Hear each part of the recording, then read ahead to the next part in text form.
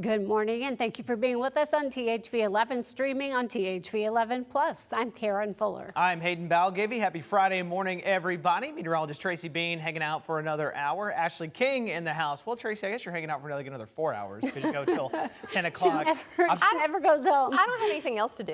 Hey. So I'd rather be here with you guys, just sitting at home by myself. Aw. You're sweet, Tracy. I'd rather be in asleep. bed right now. Both of us are like, I'd rather be Tell it like asleep. it is, Ashley. She's really nice, but I'll see y'all later in Well, the hey, morning. y'all emceed last night, y'all. Yeah, we just saw We each had other. a late, yeah, we had a All late three night. of you were up late. Yeah, that's right. We were, in fact, I had told Ashley, I was like, I could just go sleep at the station because my stuff's there, and I could save myself the drive home. I could sleep a little bit later, but yeah, family needed us.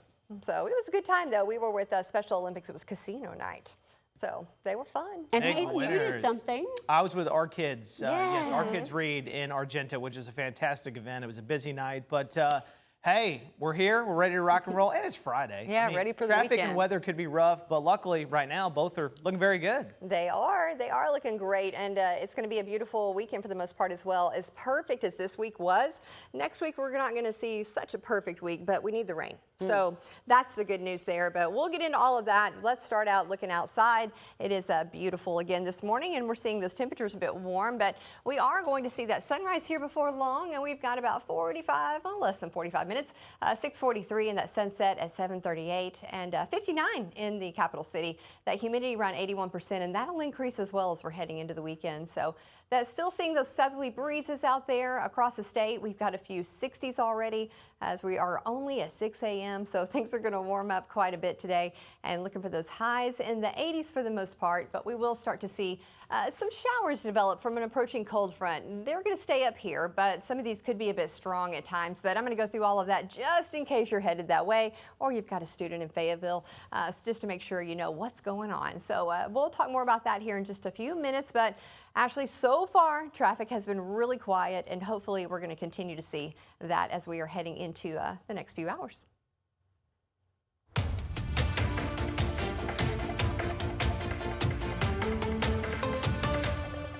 Happening now, negotiations remain underway in the ongoing war in Iran. The next few days could be critical to easing tensions in the Middle East. Vice President J.D. Vance is heading to Pakistan today to begin long-term peace talks with Iran as a fragile ceasefire enters a third day. Only a handful, though, of ships have moved through the Strait of Hormuz, prompting President Trump to accuse Iran of failing to uphold the agreement.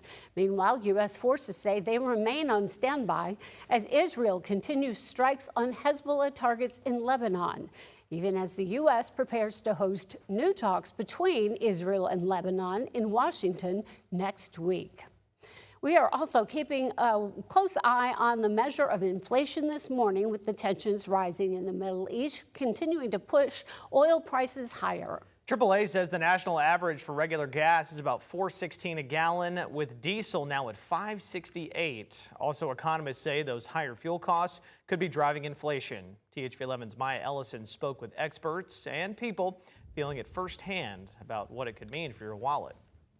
Diesel fuel's gone up more like 45%, so we've seen even more disruption in that market than we have in the market for gasoline. UA Little Rock chief economist Dr. Michael Packo says it's not just your average drivers feeling the punch of high gas prices. Much of what drives the economy runs on diesel. The diesel fuel is what brings the trucks into the grocery store with the goods in the first place. Whether it's for transportation or recreation, Arkansans are already feeling the impacts. The prices have gone up dramatically since the war in Iran has begun. People just aren't going to be able to afford to purchase as much diesel as they were in the past. Jim Jackson with the Rockwater Marina says fewer boats are filling up, and some are even cutting trips short. And we've noticed that there are not nearly as many calls. People are pulled their boats over and they've stopped these trips, and they are just waiting until something happens. Large vessels like houseboats and barges rely heavily on diesel, and those rising costs can add up quickly. Filling up a single vessel can cost hundreds of dollars. Everyone could end up paying the bill. It's going to have a dramatic effect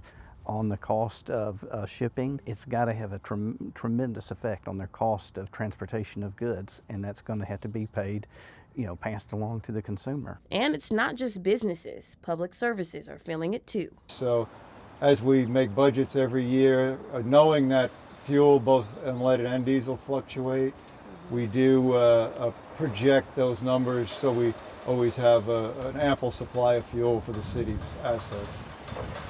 Walter Ederle is Little Rock's senior fleet manager. He and his team say the city is already planning ahead. We make sure we put in, all proper vehicles that can, idle less and burn less fuel to help with the budget. They're even investing in more fuel-efficient vehicles and electric options. As for when prices could go back down, Dr. Packo says it's a waiting game. So we really don't have any history to base our forecasts on what is going to happen. But the administration basically said that they expect fuel prices to remain in the neighborhood of where they are through the end of this month. In Little Rock, Maya Ellison, THV 11 News. In addition to his economics job, Packo is the Libertarian Party nominee for Secretary of State this November.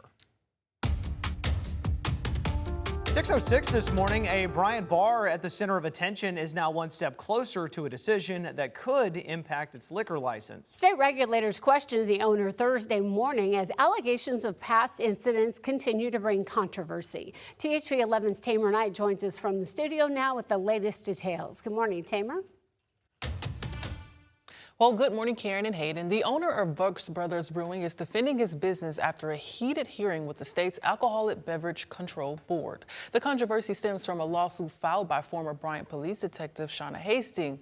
In that lawsuit, she claims a colleague may have ties to the Bandidos motorcycle gang, which she says frequents the bar.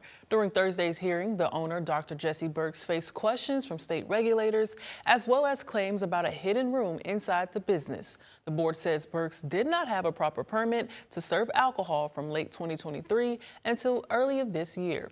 He was allegedly operating under a conditional permit while addressing tax issues linked to a previous location.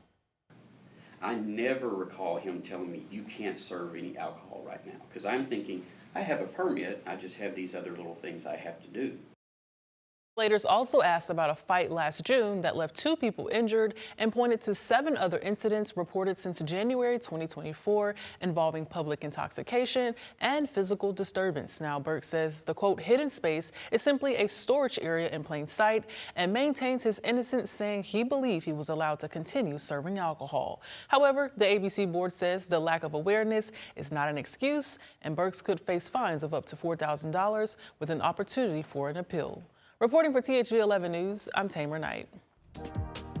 Tamer, thank you. The fiscal session going on now at the state capitol is supposed to focus on the state budget, but lawmakers in Little Rock are also taking up several major policy bills. And this morning we're breaking down a few of the bigger ones. House Bill 1041 would fund the Secretary of State's office, including $11 million for voting machine upgrades and $9 million for improvements at the Capitol.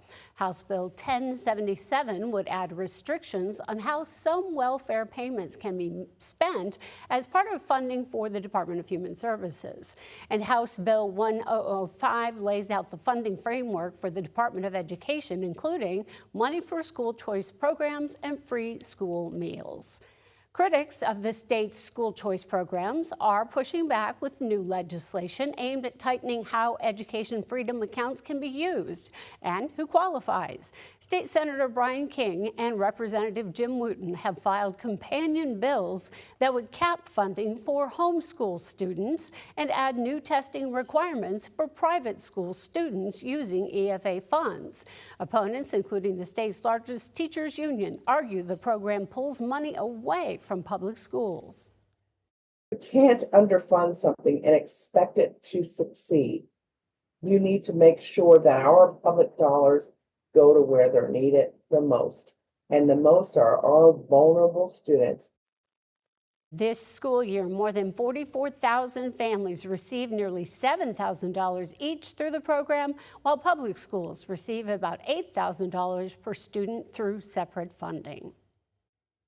Arkansas gearing up for another statewide drug take-back day, giving people a safe way to dispose of unused or expired prescriptions. The Arkansas Drug Take-Back program, along with several state and local partners, will host collection sites across the state on April 25th. It's from 10 a.m. until 2 p.m. Officials say the effort helps prevent misuse and keeps medications out of the wrong hands. Drop-off locations are listed on thv11.com. And now let's check back in with meteorologist Tracy Bean and the forecast to help you plan your Friday, your Saturday, your Sunday, whatever. All the things. I'm going to give you something to do, maybe to head out for the weekend. Right now it is 59 in the capital city. We're seeing some light winds out there, but let's talk about George. George is going to be at Paws on the Promenade tomorrow with me. I'm going with him, let's say. It's going to be tomorrow from 11 a.m. to 1 p.m. There are going to be kissing booths. I'm imagining that's from dogs. But let's talk more about the forecast for today. It's going to be nice to get your little fur baby out there and for a walk, or take yourself for a walk. But tomorrow, if you need something to do, come see us. Again, 11 to 1. This is benefiting the Humane Society of Pulaski County. And George is going to be a celebrity judge. I don't know what he's judging, but I may have to help him a little bit. As we are heading into the next few days, we're going to see those temperatures continue in the 80s, but we're going to also see those rain chances ramping up. So we'll have to keep an eye on that, but the weekend itself is looking beautiful.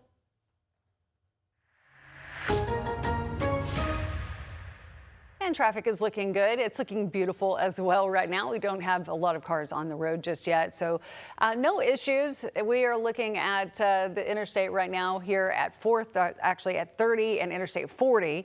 And we're seeing a few cars on the road as they're filtering off of Interstate 40 onto 30.